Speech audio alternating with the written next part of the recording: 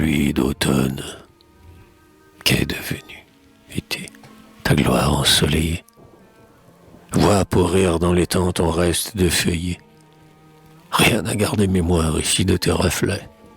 Et partout, c'est l'ennui de nos plaines oreillers, où la plus ample et drue a tendu ses filets. La terre dépouillée aujourd'hui des verdures, au messie d'or, hier, allumait ses tisons. Les cuillères ridées d'avoir gesté tant de moissons, avec tout ce que l'homme y fit d'entaille dure, nu et vide, s'en va rejoindre l'horizon.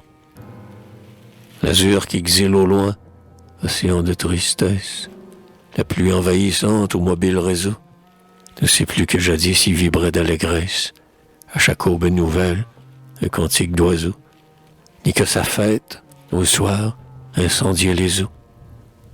Selon bruit de la pluie uniforme qui teinte, selon bruit qui nous vient des lointains assoupis, et se propage autour de nous, semble la plainte, triste qui exhalerait d'une voix presque éteinte, la terre à qui l'on a ravi tous ses épis. La terre dépouillée qui se remémore, par ce gris crépuscule ondoyant et sonore, de quelle ardeur cupide il lui meurtrit le sang. De l'aube jusqu'au soir et du soir à l'aurore, l'homme qui tire d'elle et son or et son pain.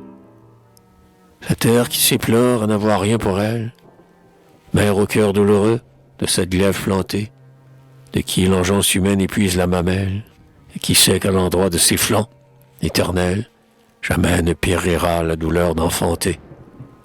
Ainsi, sous le ciel bas rongé de plaies humides, comme lasse à la fin de son terrible effort, s'endolorit la terre et son immense corps, nu, creusé de sillons profonds comme des rides, s'en va rejoindre au loin le vaste horizon mort. Et sa plainte gémit et s'enfle et s'exaspère, tandis qu'impitoyable instrument du destin, de l'humus détrempé fouillant le noir mystère, la pluie, oublie que l'homme y s'aimera demain, la pluie, obstinément, prépare le chemin.